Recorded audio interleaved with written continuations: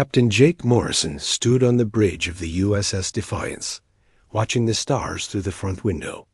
The ship moved slowly through empty space, its engines making a low humming sound that never stopped. 5 years had passed since Earth fell to the alien invaders, and Jake still felt the pain of that terrible day in his chest. The Zephyrian Dominion ruled the galaxy now. Their huge warships could destroy entire planets with a single shot. They had conquered hundreds of worlds, turning proud civilizations into slaves. Most species had given up fighting after seeing what happened to those who resisted. The Zephyrians showed no mercy to anyone who stood against them. Jake looked at his crew working at their stations. They were all that remained of Earth's once mighty fleet. The Defiance was old and damaged, held together by spare parts and determination. But it was still flying, and that meant something. Lieutenant Commander Lisa Brooks sat at the weapons station, her fingers dancing across the controls as she ran system checks. She had lost her parents and 2 brothers when the Zephyrians attacked Luna Base. The anger in her eyes never went away, but she channeled it into making sure their weapons would work when needed. Chief Engineer Pete Collins crawled out from under a console, grease on his uniform, and a wrench in his hand. He was older than the rest of them, with gray hair and tired eyes. Pete had served on ships for 30 years, and he could make broken engines run with nothing but determination and old-fashioned no-dash, how-dot communications. Officer Amy Watson listened to radio signals from across the galaxy. Most of what she heard was Zephyrian military chatter, but sometimes she picked up messages from human survivors hiding on distant worlds. Those messages were the only thing that kept hope alive.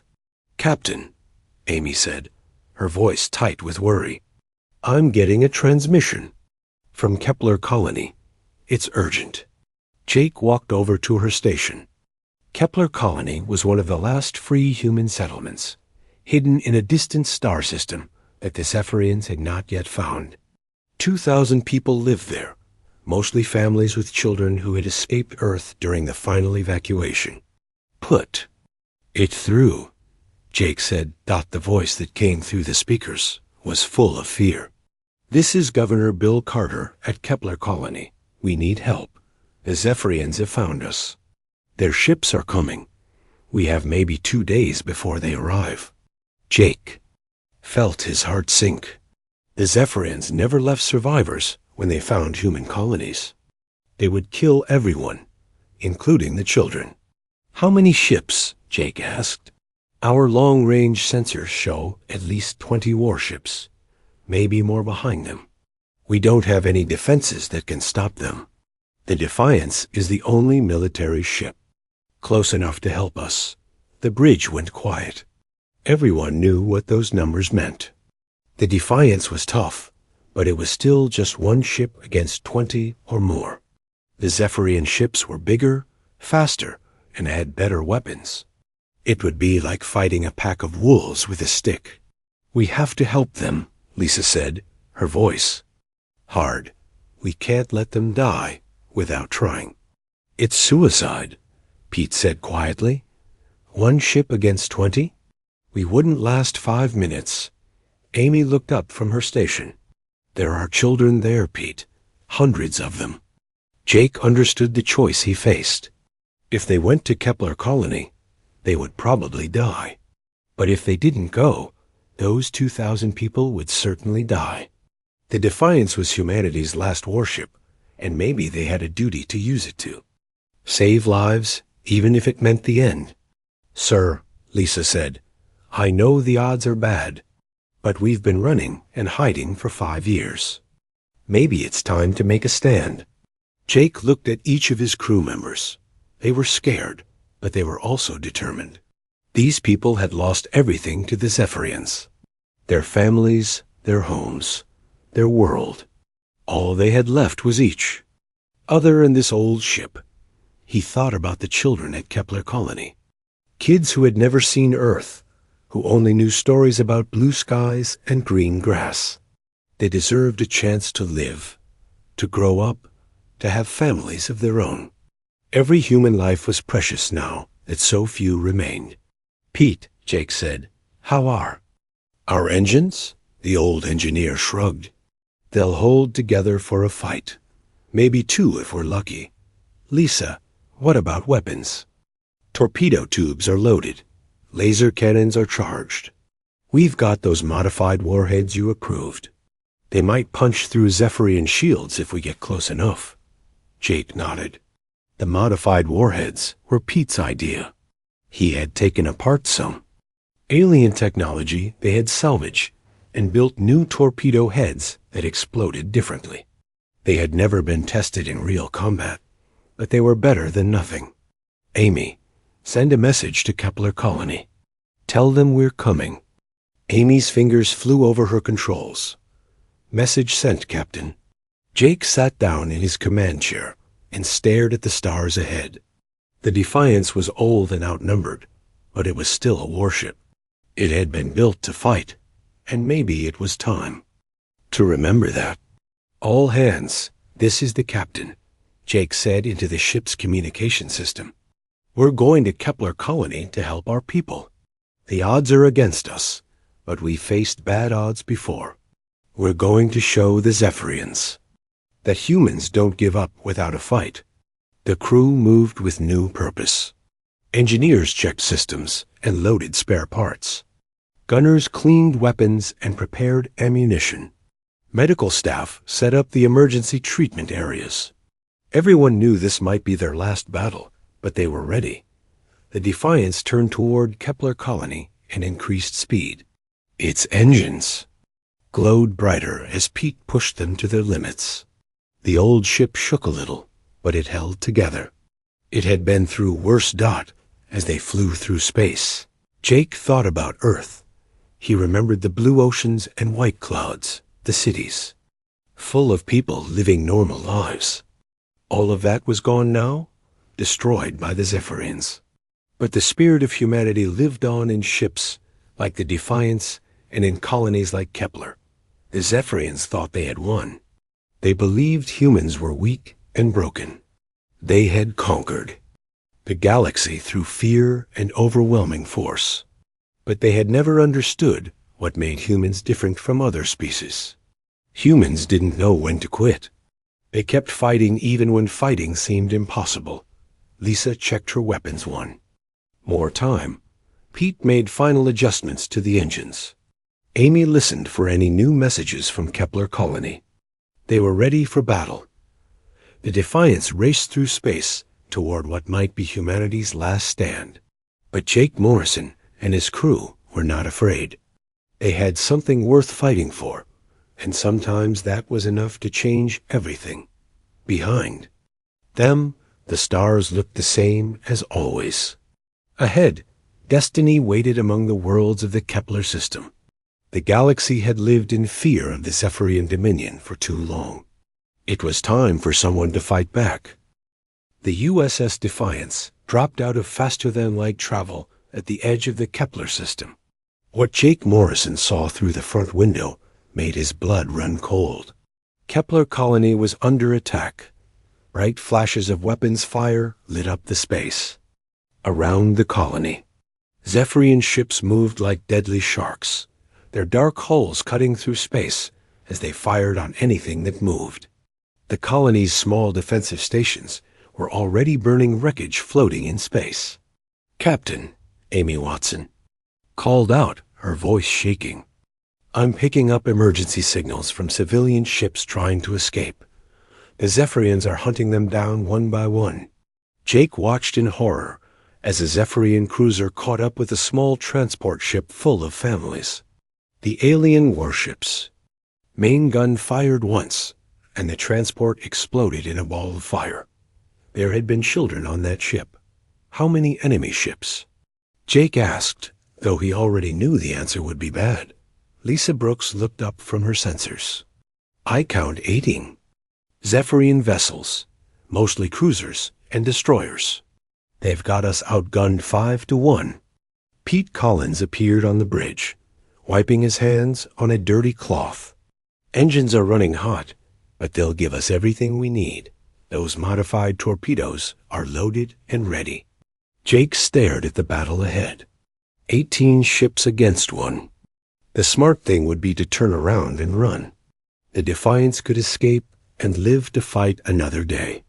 But those people down there were dying right now, and every second he waited meant more innocent lives lost. All weapons, prepare to engage.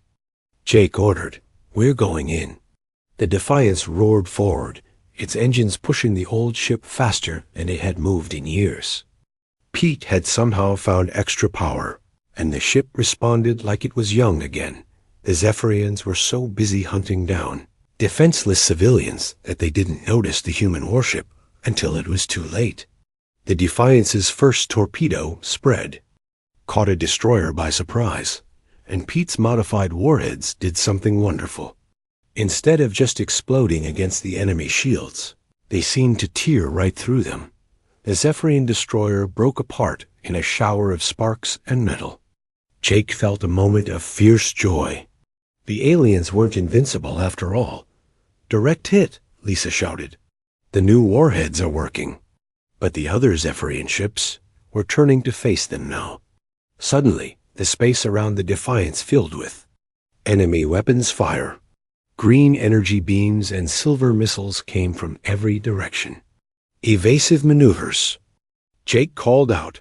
The Defiance twisted and turned like a dancer, dodging most of the incoming fire. But some shots got through. The ship shook as energy beams hit the hull, and sparks flew from damaged control panels. "Hull breach on Deck 7.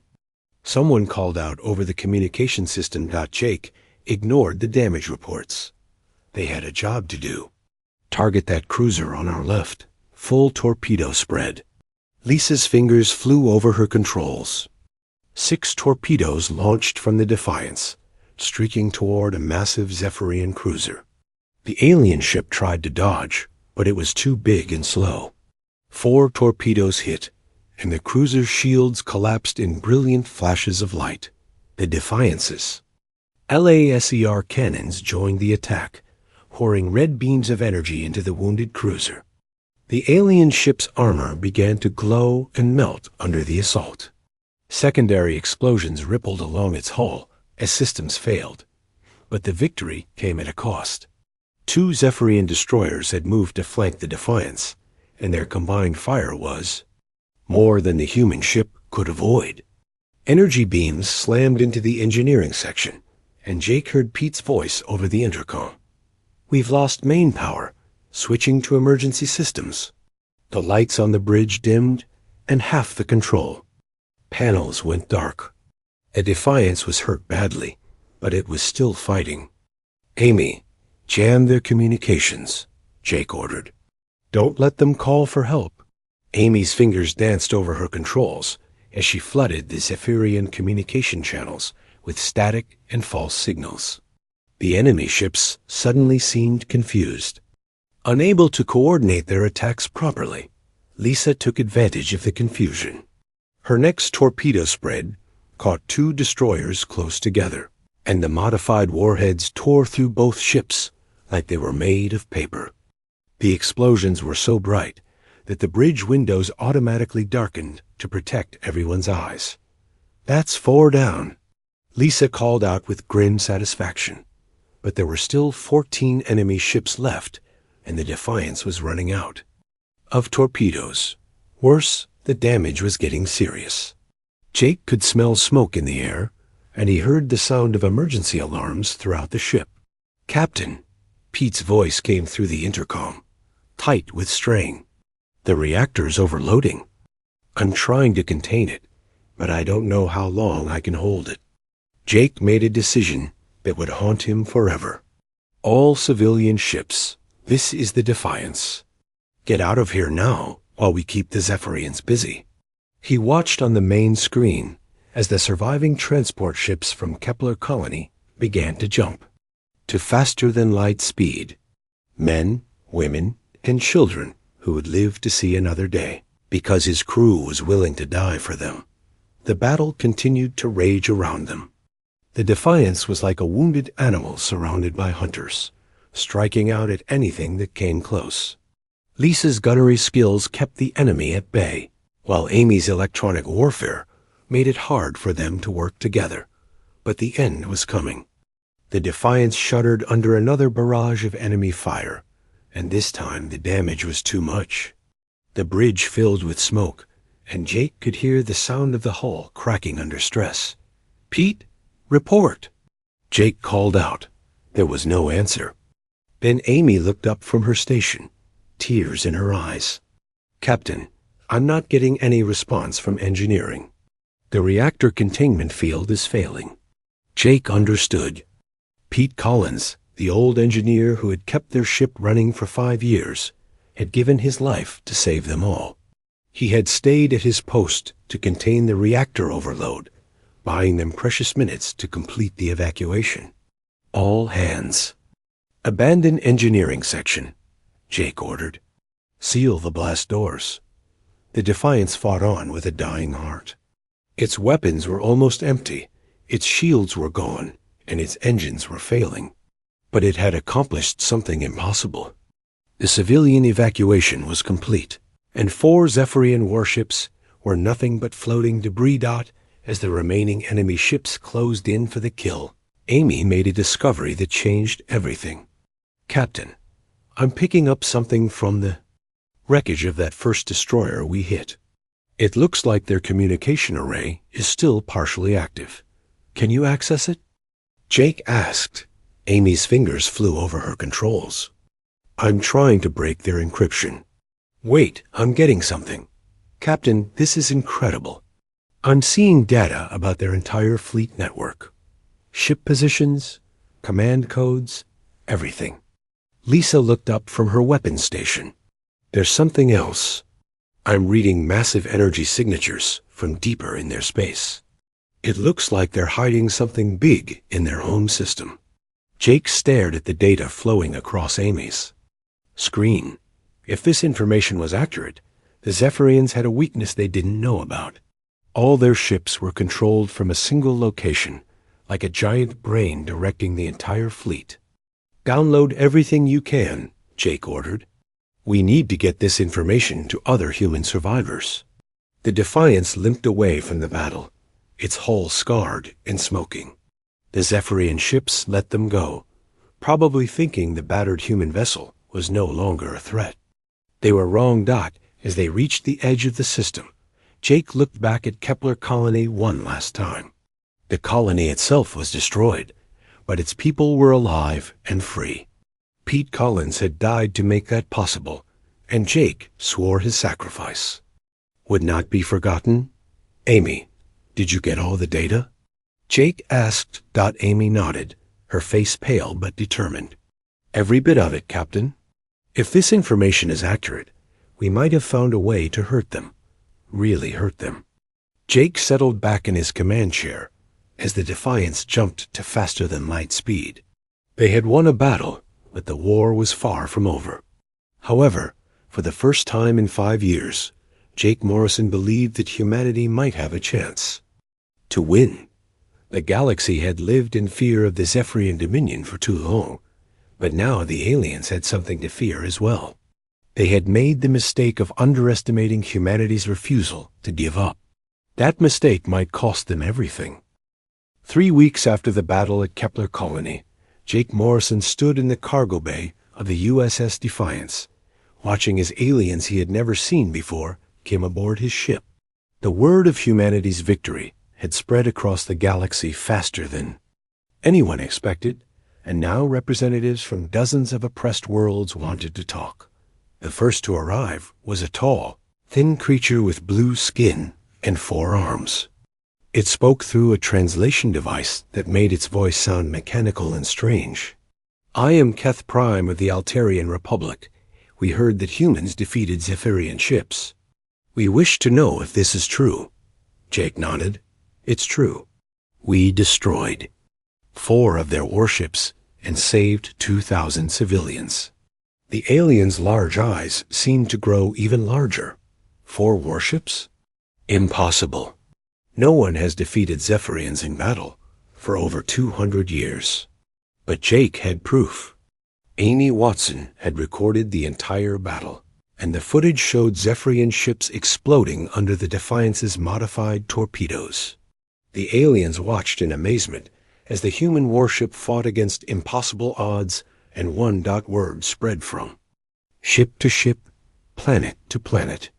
The galaxy was full of species that had been enslaved by the Zephyrian Dominion, and they had all given up hope long ago. But now they saw something they thought was impossible. The Zephyrians could be beaten. Lisa Brooks had been promoted to commander after their losses at Kepler. She stood beside Jake as more alien representatives arrived. Some came in small, fast, ships that could sneak past Zephyrian patrols. Others sent messages through secret channels that Amy had learned to decode. "Captain," Lisa said quietly, "we're getting reports from all over the galaxy. Slave uprisings on 17 different worlds. Sabotage attacks on Zephyrian supply lines. They're calling it the Human Spark." Jake didn't like that name. It made it sound like humans were the ones starting all the fighting, when really they had just shown other species that fighting back was possible. But he understood why they called it that. After centuries of defeat, one human victory had lit a fire of hope across the stars. The Zephyrians responded with terrible brutality. They began executing prisoners by the thousands, destroying entire cities to make examples. Any world that showed signs of rebellion was bombed from space until nothing remained but ash and radiation. Dr. Helen Carter came aboard the Defiance a month after Kepler colony. She had been the chief scientist at the colony and had escaped with the other survivors. She was a small woman with gray hair and tired eyes, but her mind was sharp as a laser. "Captain Morrison," she said as she stepped onto the bridge, "I've been studying the data your communications officer recovered from that Zephyrian ship. What I found will change everything." Jake looked up from the reports he was reading. Every day brought news of more uprisings and more Zephyrian revenge attacks. The galaxy was tearing itself apart, and he wasn't sure if that was a good thing. Or not. "What did you find, Doctor?" Jake asked. Dr. Carter activated a portable display unit that showed a three-dimensional map of the galaxy. Red dots marked Zephyrian-controlled systems, while blue dots showed areas of rebellion. The red dots outnumbered the blue ones by at least 10-1. "The Zephyrians aren't as strong as they appear," Dr. Carter said. "Their entire military is controlled by a single artificial intelligence located in their home system.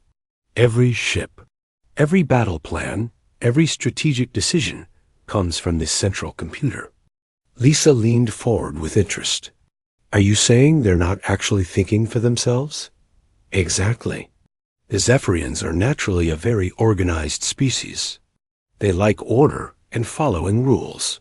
When they conquered other species, they took their technology and knowledge, but they let the computer make all the important decisions. It's very efficient, but it has a weakness." Jake was beginning to understand. If we could destroy this central computer, their entire fleet would be left without orders. "More than that," Dr. Carter said, her eyes bright with excitement. "The computer doesn't just give orders. It coordinates everything. Ship movements, supply lines, communication networks. Without it, their ships wouldn't even be able to talk to each other."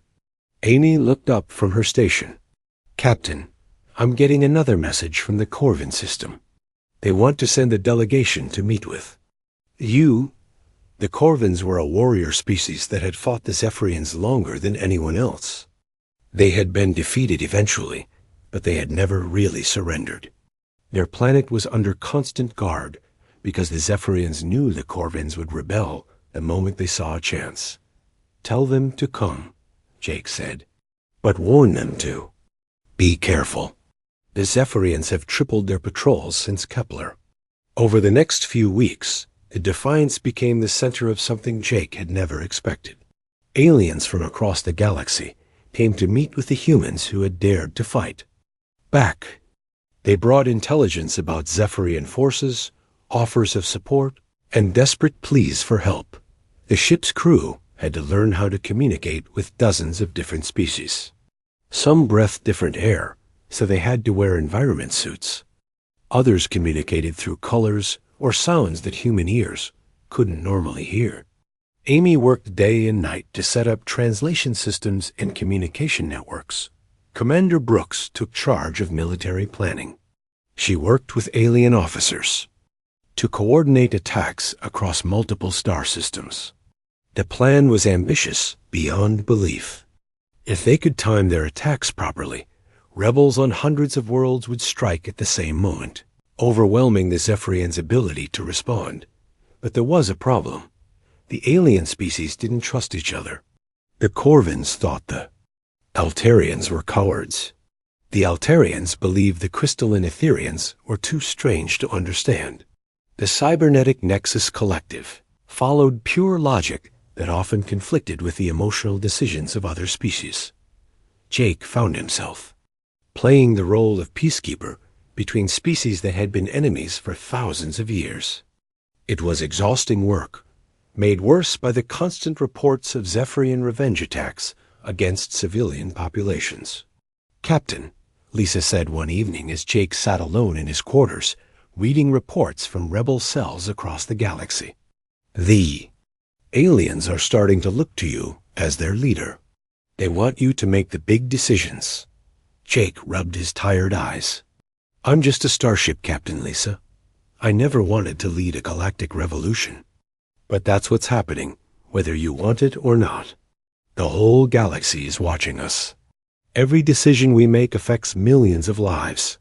Jake knew she was right.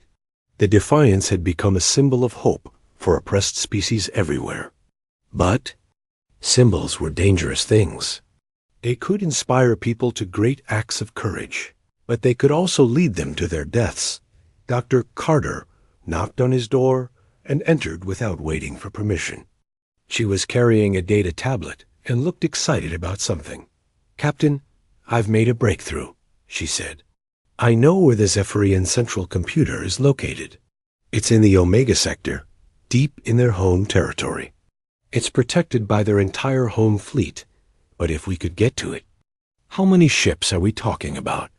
Lisa asked. Doc Carter's expression grew serious. "At least 500 warships. Maybe more. It's the most heavily defended location in the galaxy." Jake stared at the data on her tablet. The plan was insane. A handful of rebel ships against the entire Zephyrian home fleet. It would be the greatest battle in galactic history, and the odds of success were almost zero. But if they succeeded, the entire Dominion would collapse overnight. Billions of enslaved beings would be free. The galaxy would have a chance to rebuild itself without fear. "How long would it take to organize something like this?" Jake asked. "Months," Lisa said. "Maybe a year. We'd need to coordinate with rebel groups across the entire galaxy. And we'd need to upgrade our ships with better weapons and defenses." Jake made a decision that would echo across the stars. Start making plans. Contact every rebel group we can reach. Tell them we're going to strike at the heart of the Dominion. As news of the plan spread through the rebel network, something amazing happened. Species that had been enemies for millennia began working together. Corvin warriors shared battle tactics with Altarian strategists. Etherian stealth technology was combined with human determination and Nexus computational power. The galaxy was changing. The fear that had ruled for centuries was being replaced by something the Zephyrians had never faced before. A united rebellion of species that refused to stay enslaved. Jake Morrison looked out at the stars and wondered if they really had a chance to win. The odds were terrible, and the cost would be enormous. But for the first time since Earth fell, he believed that freedom was possible. The galaxy had lived in fear for too long. It was time to fight back. The hidden base called Sanctuary Station floated in the middle of an ancient battlefield where two alien empires had destroyed each other long before the Zephyrians came to power. Broken ships and twisted metal drifted in the darkness, hiding. The rebel base from enemy sensors. Jake Morrison stood on the main observation deck, watching as ships from dozens of different worlds docked with the station.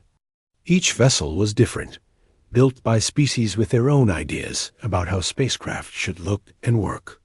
Some were sleek and graceful, others were blocky and practical, and a few looked like nothing human eyes had ever seen before.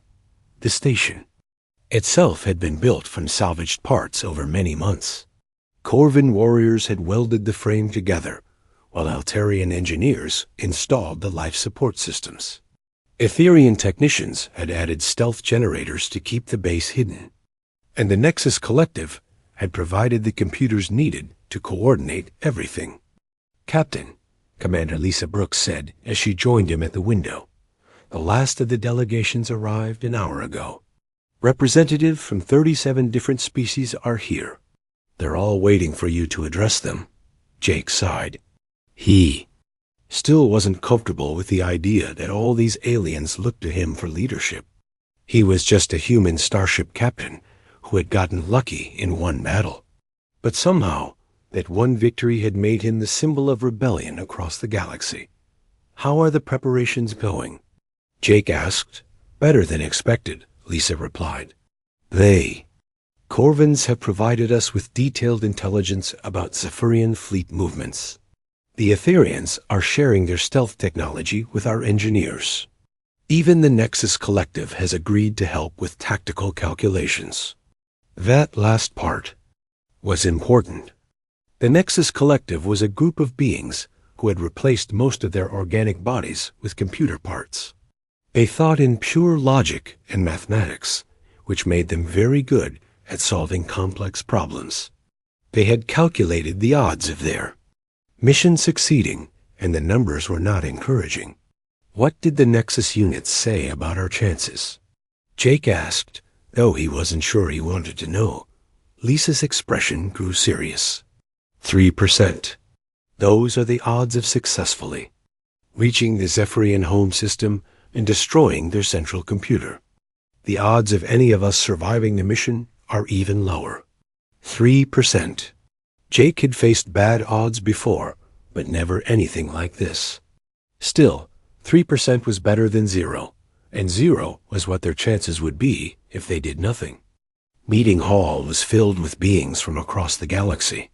Jake had learned to recognize most of the species by now. The tall, blue-skinned Altarians sat in one section, their forearms folded as they listened to translations of the discussion. The Corvins were easy to spot because of their massive size and the weapons they carried everywhere. The Etherians looked like living crystals that caught and reflected light in beautiful patterns. Near the back of the room, 3 units from the Nexus Collective stood perfectly still, their glowing electronic eyes recording everything that happened. They never sat down, never showed emotion, and never wasted time with small talk. But they were here, which meant they believed the mission was worth attempting. "Friends," Jake began, his words automatically translated into dozens of different languages. "We all know why we're here. For centuries, the Zephyrian Dominion has ruled the galaxy through fear and overwhelming force. They have enslaved our worlds, killed our families, and destroyed our civilizations." A rumble of agreement went through the crowd. Every being in the room had lost something to the Zephyrians. Some had lost their homeworlds. Others had watched their entire species reduced to slavery. All of them had reasons to hate the Dominion. "But we've discovered something that gives us hope," Jake continued. "The Zephyrians have a weakness. Their entire military is controlled by a single computer system. If we can destroy that system, their fleet will be left blind and helpless." Keth Prime of the Altarians raised one of his 4 hands. "The Zephyrian home system is protected by over 500 warships. How do you propose we fight our way through them?" "We don't fight through them," Jake replied. "We fight around them, while the main rebel fleet keeps the Zephyrian home guard busy. A small force will use Etherian stealth technology to slip past their defenses and strike at the computer center. Warlord Groknar of the Corvins stood up, his massive frame towering over everyone else in the room. Who will lead this suicide mission? Who has the courage to face certain death for the chance to free the galaxy? All eyes turned to Jake. He had known this moment would come, but that didn't make it any easier. The USS Defiance will lead the strike force. We've already proven that we can hurt the Zephyrians. Now we'll prove that we can destroy them. The room erupted in discussion as representatives from different species debated the plan. Some thought it was too dangerous. Others believed it was their only chance for freedom. A few suggested alternative strategies that might be safer, but would take years to implement. Whisper of Starlight, the Etherian representative, spoke in harmonics that were translated into words.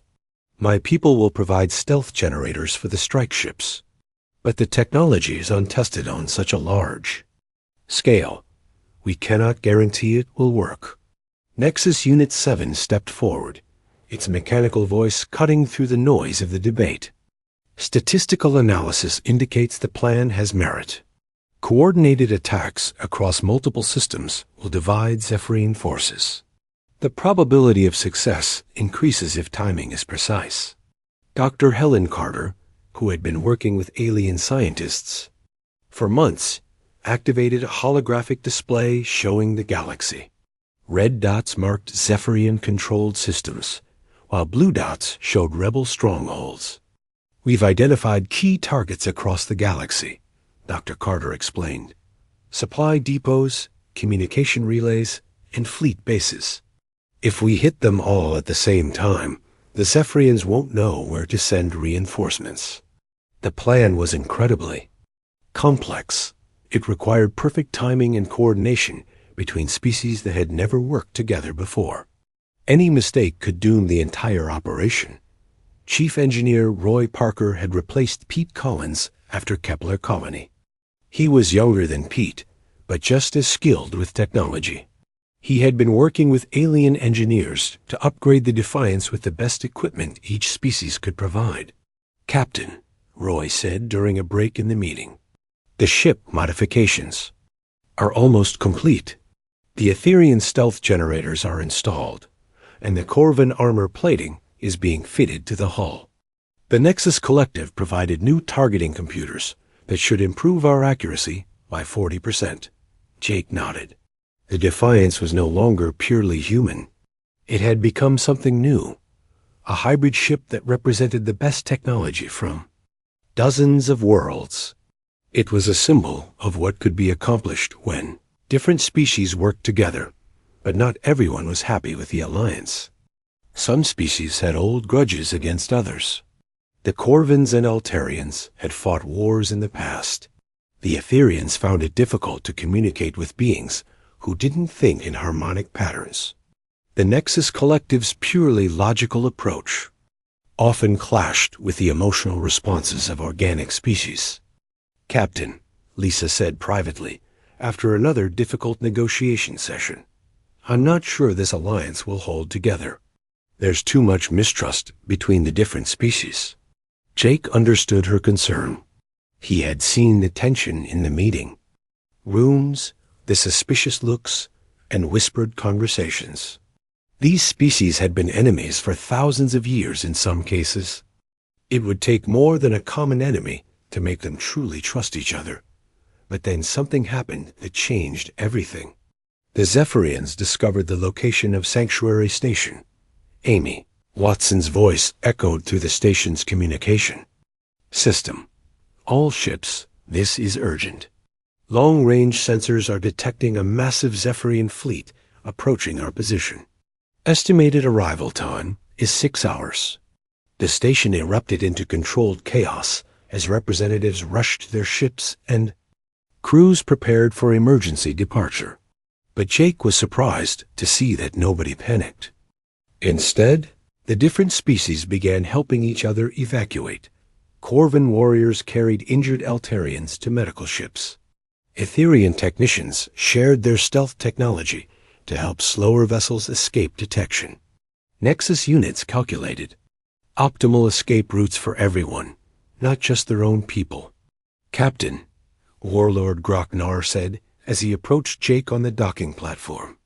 The Corvin fleet will stay behind to delay the Zephyrians. This will give the smaller ships time to escape. You don't have to do that, Jake replied. There must be another way. A massive alien warrior smiled, showing teeth like daggers. This is what warriors do, human Jake. We fight so others can live. Besides, we have been wanting to face the Zephyrians in open battle for many years. As the evacuation continued, Jake realized something important had happened. The different species were no longer just allies of convenience. They had become something more. They were willing to sacrifice for each other, to put the mission above their own survival. The USS Defiance was among the last ships to leave Sanctuary Station. Jake watched through the rear cameras as Corvin warships formed a defensive line between the station and the approaching Zephyrian fleet. The aliens had bought them precious time, but everyone knew the cost would be high. Captain, Amy reported from her station. I'm receiving final messages from there. The USS Defiance moved through empty space like a ghost, its Etherian stealth generators bending light and energy around the ship's hull. Jake Morrison stood on the bridge, watching the main screen as they approached the most dangerous star system. In the galaxy dot, the Zephyrian home system was a fortress beyond imagination. Massive space stations the size of moons orbited the central worlds, bristling with weapons that could destroy entire fleets. Patrol ships moved in perfect formations, their sensors sweeping space for any sign of intruders. At the center of it, all was the target, artificial moon that housed the central computer controlling the Dominion's entire military. Captain, Whisper of Starlight said from the navigation station, its crystalline voice translated into human speech. I am detecting over 600 warships in this system. Their sensor networks overlap in multiple layers. Detection probability increases with each minute we remain here. Commander Lisa Brooks looked up from her tactical display. The good news is that most of their fleet is spread out defending the outer planets. The bad news is that there are still over 100 ships guarding the central computer station. Jake nodded grimly. 100 ships was still impossible odds. But it was better than 600. The diversionary attacks across the galaxy were working exactly as planned. The Zephyrians were rushing their forces to defend critical systems, weakening their home defenses. Amy, any word from the rebel fleet? Jake asked Dot Communications Officer Amy Watson, listened to her earpiece for a moment. The main rebel force has engaged Zephyrian defenders in the Altair system. Heavy fighting reported. They're keeping at least 200 enemy ships busy. Dr. Helen Carter worked at a science station that had been modified with alien technology. She was analyzing the energy patterns coming from the central computer station, looking for weak points in its defenses. Captain, I'm reading massive computational activity from the target, Dr. Carter reported. The artificial intelligence is working harder than ever, trying to coordinate responses to attacks across the entire galaxy. This might actually work in our favor. How so? Lisa asked. The computer is overloaded. It's making more mistakes than usual. I'm seeing Zephyrian ships being sent to the wrong systems, supply convoys being routed in circles. The AI wasn't designed to handle this many simultaneous crises. That was encouraging news. Jake had worried that their attack might make the enemy computer smarter or more dangerous. Instead, it seemed to be causing the opposite effect. Range to target? Jake asked .ZETH-Ka, the Corvin warrior serving as weapons officer, checked his displays. 2 hours at current speed, Captain. But we will need to pass through 3 more defensive zones before reaching the central station. Each defensive zone meant more chances to be detected. The stealth generators were working perfectly so far, but they weren't foolproof.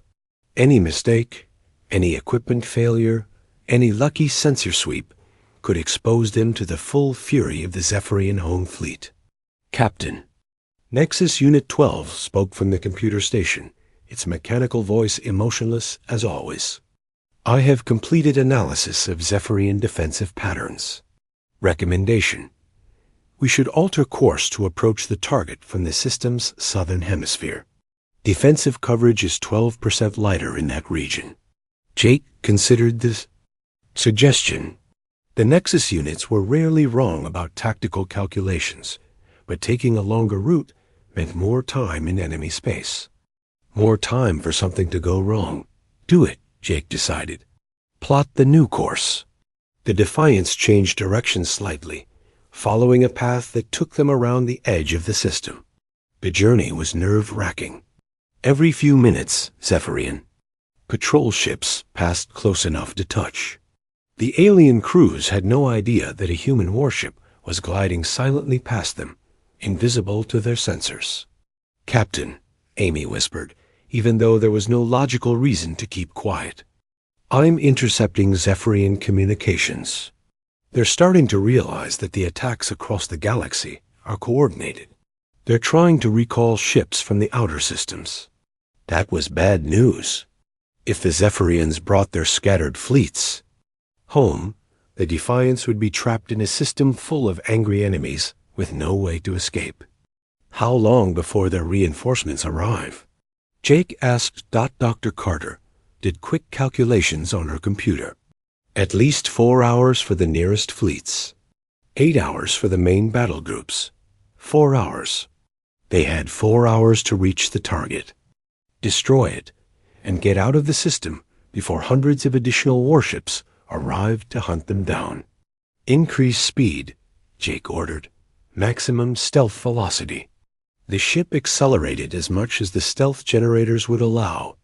Roy Parker, the chief engineer, had found ways to squeeze extra performance from every system. The alien modifications helped tremendously. Etherian power crystals provided more energy than human reactors, while Corvan armor plating protected vital systems from damaged as they approached the inner system. The true scale of Zephyrian defenses became clear. The central computer station was enormous, easily the size of Earth's moon. It was surrounded by defensive platforms that bristled with enough weapons to level continents. Battle stations the size of small asteroids orbited the artificial moon, each one capable of destroying fleets. Target analysis complete, Dr. Carter announced. The computer core is located deep inside the station, protected by multiple layers of armor and energy shields. But I've found something interesting. There's a thermal exhaust port that leads directly to the main reactor. If we could get a torpedo through that port, the entire station would explode, Lisa finished. But hitting a target it's small from outside the defensive perimeter would be impossible. Zethka growled something in his native language that the translator rendered as a Corvan battle curse. Then we go inside the defenses. We fight our way to close range and take the shot. Jake studied the tactical display. Getting close enough for an accurate shot would mean dropping their stealth field and engaging the defensive platforms directly. They would face overwhelming firepower with no chance of escape. There might be another way, Whisper of Starlight said. Its crystalline form sparkled as it accessed Etherian databases. My people have a technique called quantum tunneling. We can phase shift a small object through solid matter for short distances. Could you phase shift a torpedo? Jake asked. Possibly. But the range would be limited, and the energy requirements would be enormous. We would only get one chance. One chance to save the galaxy. Jake had faced impossible odds before, but never anything like this. Still, they had come too far to give up now. Signal our escort ships, Jake ordered. Tell them to prepare for final approach. The 3 rebel ships moved deeper into the Zephyrian home system. The computer station loomed ahead like a mechanical moon, its surface covered with weapons and sensors.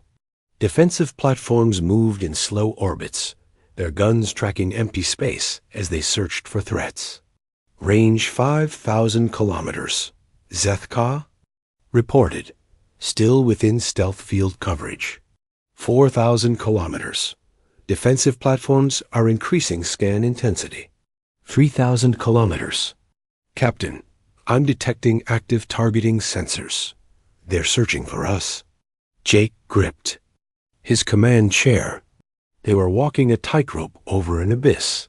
One wrong move would bring the fury of the entire defensive network down on them. 2,000 kilometers. I have a targeting solution on the exhaust port. Prepare the quantum torpedo, Jake ordered. Whisper of Starlight, are you ready? The Ethereum's crystalline form pulsed with energy. The phase shift generators are charged, Captain. But I must warn you, this technique has never been attempted on this scale.